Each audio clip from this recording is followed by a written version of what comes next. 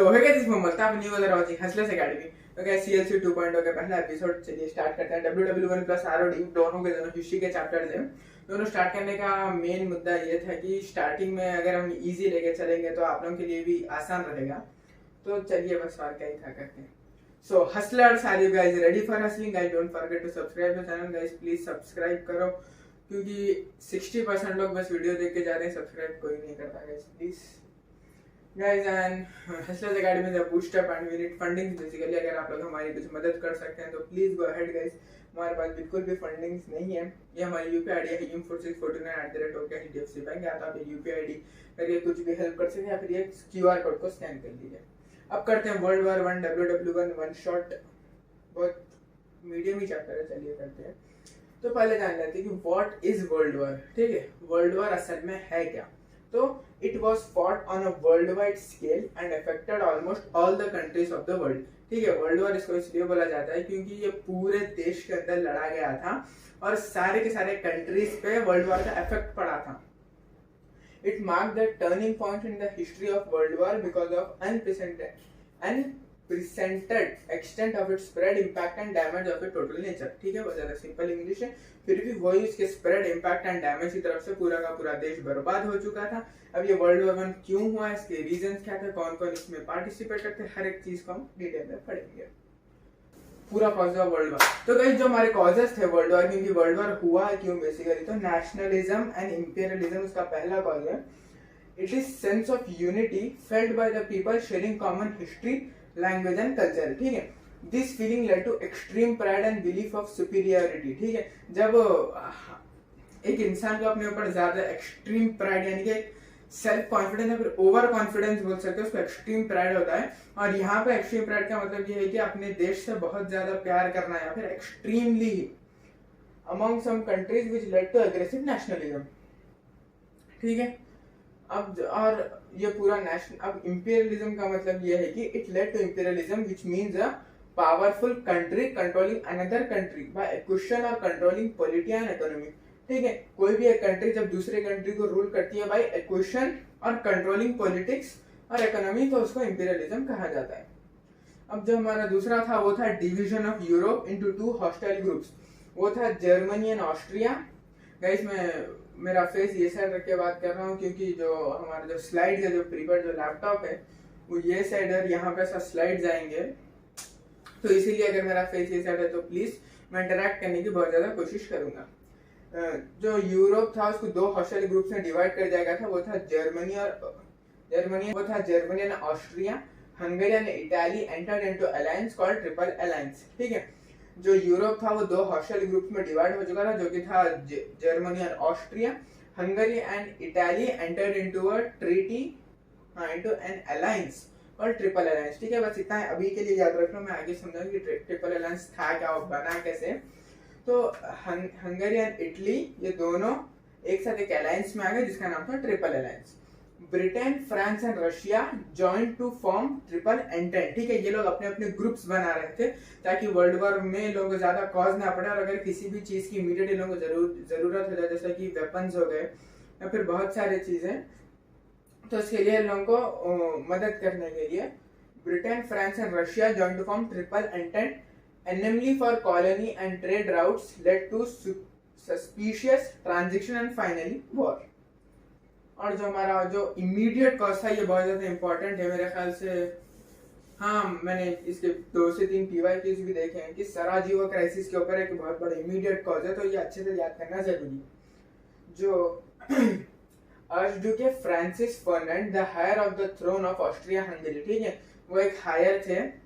Higher का मतलब जो वहाँ की किंग था उसके बेटे थे, वो नाम था archduke Francis Ferdinand the heir of throne of Austria and Hungary was associated at Sarajevo. ठीक है, ऑस्ट्रिया और Hungary was associated at Sarajevo, capital of Bosnia, 28 June 1914।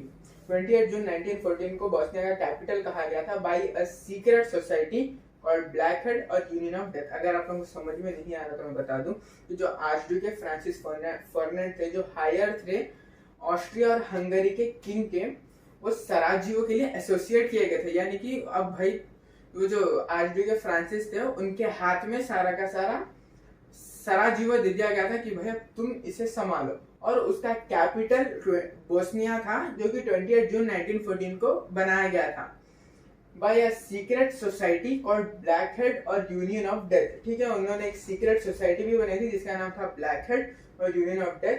Austria gave ultimatum to Serbia which Serbia denied. मतलब Austria ने ultimatum दिया Serbia, यानी कि बहुत ज्यादा अटैक्स दिए जिसकी तरफ से सर्बिया डिनाई हो गया, यानी कि सर्बिया की पूरी पावर खत्म हो चुकी थी और सर्बिया वॉर से निकल चुकी है। और Austria declared war on Serbia July 28, 1914। July 28 यानी कि जब आर्चड्यूक फ्रांसिस फर्डिनेंड को जब मिला था कि क्या कहते हैं यार वो, कि जब उसे सराजीवो संभालने के लिए उसके बराबर एक हफ्ते के बाद ही Austria declared war on Serbia. Italy left the triple alliance in 1915। हमने पिछले पढ़ा था ना कि ट्रिपल अलायंस था, तो Italy left the triple alliance in 1915। Germany, Austria and allies where called central powers. ठीक है, जर्मनी का इसमें बहुत ज्यादा हाथ है वर्ल्ड वॉर 1 में। Germany, Austria and allies where called central powers. Britain, France and Russia and allies where called the allied powers. ये दोनों टर्म बहुत ज्यादा इंपॉर्टेंट है, लोगों को याद कर लेना। Germany, Austria and allies were called central powers. Britain, France and Russia and allies were called the allied powers. अब जो events of the world war जान लेते हैं। पहला था हमारा war on the western front. Germany crushed Belgium but battle of मर। ठीक है, जर्मनी ने बेल्जियम को क्रश कर दिया, यानी कि बेल्जियम को हरा दिया था। दूसरा था हमारा trench warfare. Heavy guns and weapons made movement difficult. ठीक है, ट्रेंच वेरफेयर की तरफ से ये लोग ये भी करते थे कि जो हेवी गन्स एंड वेपन्स दे देते थे, जिसकी तरफ से जो सोल्जर्स थे उन लोगों को मूव करने में बहुत ज्यादा डिफिकल्टी होती थी। क्योंकि भाई अगर आप मतलब एक चावल की बोरी पकड़ के अगर आपको 10 किलोमीटर भागने को बोले तो ऑफकोर्स बहुत ज्यादा हार्ड ही है। War on the eastern front. Germany crushed Russia but Japan, Britain and French started capturing Germany colonies. ठीक है, जब जर्मनी की जो जितनी भी पावर थी या फिर उसके जितने भी सोल्जर्स थे वो सारे रशिया को चले गए थे, क्योंकि रशिया को लोगों को हराना था वो उस टाइम पे, क्योंकि जर्मनी के पास कोई भी बैकअप सोल्जर्स नहीं थे। तो तभी जापान, ब्रिटेन एंड फ्रांस ने आके जर्मनी की कॉलोनीज को कैप्चर करना स्टार्ट कर दिया। और ये आता है अब policy of blockade, preventing movement of resources to enter the enemy country. यानी कि पॉलिसी ऑफ ब्लॉकेड कुछ इस प्रकार से था कि अगर यूएसए से जर्मनी को, जो पॉलिसी ऑफ ब्लॉकेड है, preventing movement of resources to enter the enemy country. यानी कि इसका मतलब कुछ इस प्रकार से था कि अगर जर्मनी के पास यूएसए से अगर रिसोर्सेज आ रहे हैं, आर्मामेंट, सोल्जर या फिर कुछ भी आ रहे हैं, तो जब वो लोग शिप से ट्रैवल करते हैं तो बीच में उन लोगों को ब्लॉक कर देना और उनकी या तो शिप डुबा देना या फिर उन सारों को मार देना। ठीक है, इसको पॉलिसी ऑफ ब्लॉकेड कहा जाता था, क्योंकि जो एनिमी कंट्री है उसके पास जब रिसोर्सेज जाएंगे तभी तो अटैक कर सकेगा ना। तो बस वही था। और war against Turkey joined Germany, British Indian army defeated the Turkey. ठीक है, जब ब्रिटिश के अंडर ही हमारा इंडिया आता था तो ब्रिटिश ने ये करा कि जब ब्रिटिश वर्ल्ड वॉर में ज्वाइन हो गया था तो इंडिया को भी इसने घसीट दिया था, बल्कि इंडियंस बिल्कुल भी रेडी नहीं थे वर्ल्ड वॉर में ज्वाइन करने के लिए। लेकिन क्योंकि हमारा इंडिया भी एक ब्रिटिश की कॉलोनी थी, तो कॉलोनी रहने की तरफ से हमें ज्वाइन करना पड़ा। और हमारे जो सोल्जर थे, जिन लोगों को ब्रिटिश इंडियन आर्मी कहा जाता है, ब्रिटिश इंडियन आर्मी उन लोगों को कहा जाता है जो इंडिया के ही है लेकिन ब्रिटिश के आर्मी में काम कर रहे हैं, उनको ब्रिटिश इंडियन आर्मी कहा जाता है। तो जो वॉर अगेंस्ट टर्की, जब ब्रिटिश ने टर्की के ऊपर वॉर डिक्लेयर कर दिया था तो ब्रिटिश इंडियन आर्मी गई थी टर्की के पास और उनको डिफीट भी कर, यानी कि हम लोग ने टर्की को डिफीट किया था वर्ल्ड वॉर 1 में। अब entry of USA in the war, ये बहुत बड़ी चीज है क्योंकि यूएसए स्टार्टिंग से एक बहुत बड़ी डेवलप्ड कंट्री और एक मतलब एक अलग लेवल, एक पॉश कंट्री रही है। तो जब वो लोग आए तो अब देखना, जर्मनी यू बोट सैंक। ठीक है, जर्मन के पास यू बोट्स होते थे, sank British ships Lusitania carrying American passengers. मैंने आपको पॉलिसी ऑफ ब्लॉकेड भी बताया था ना, वो ये वही है कि जर्मनी के यू बोट जो थे वो सैंक कर गए British ships Lusitania carrying American passengers. USA was sympathetic to Britain and France and give huge amount of loans to allied powers. USA जब sympathetic था तो उसने ब्रिटेन और फ्रांस को बहुत ज्यादा ह्यूज अमाउंट में लोन्स दे दिए अलाइड पावर्स के लिए। और if Germany won it was a rival to USA. ठीक है, अगर जर्मनी जीत जाती तो एक राइवल की तरह हो जाता था यूएसए के ऊपर। तो on 6 April 1917 USA declared war on Germany. 6 April 1917 के दिन यूएसए ने जर्मनी को मारा, क्योंकि जर्मनी बहुत ज्यादा कंट्रीज को लगातार मतलब कैप्चर कर रही थी और अपने कॉलोनीज बनाते जा रही थी। तो अगर जर्मनी जीत जाती तो राइवल हो जाता। तो 6 April 1917 USA declared war on Germany. अब exit of Russia, Russia exit कर जाता है वॉर में से। After October revolution new government under Lenin withdraw from the war because more than 6 lakh soldiers will killed. ठीक है, रशिया के जो किंग थे वो मर चुके थे तो अक्टूबर में। तो जब न्यू गवर्नमेंट आई और जो न्यू गवर्नमेंट थे उसके जो किंग थे उनका नाम था लेनिन, तो उन्होंने वॉर से विथड्रॉ कर दिया क्योंकि 6 लाख से ज्यादा सोल्जर्स मारे गए थे। Treaty of Brest Litovsk in March 1918 was signed between Russia and Germany. ठीक है, treaty of Brest Litovsk in March 1918 was signed between Russia and Germany. अब जानते हैं कि ट्रीटी ऑफ बेंट-लिटोव्स आखिर है क्या। तो मार्च 1918 the treaty which Russia sign to leave the war. ठीक है, ये एक ट्रीटी थी जिसकी अगर आप साइन कर दोगे तो आप वॉर से निकल चुके, यानी कि आप किसी के पास भी राइट्स नहीं है कि आपको आके मार सके। अब end of the war, USA, Britain and France won the first world war. Austria, Hungary, Turkey, Bulgaria and Germany all surrendered, यानी कि ये सारे मारे गए थे। इन लोगों के इनके सारे बेसिकली एरियाज को कैप्चर कर लिया गया था और यूएसए, ब्रिटेन एंड फ्रांस ये 3 लोग जीत चुके थे वॉर में। हाँ, results of the war, results क्या आया।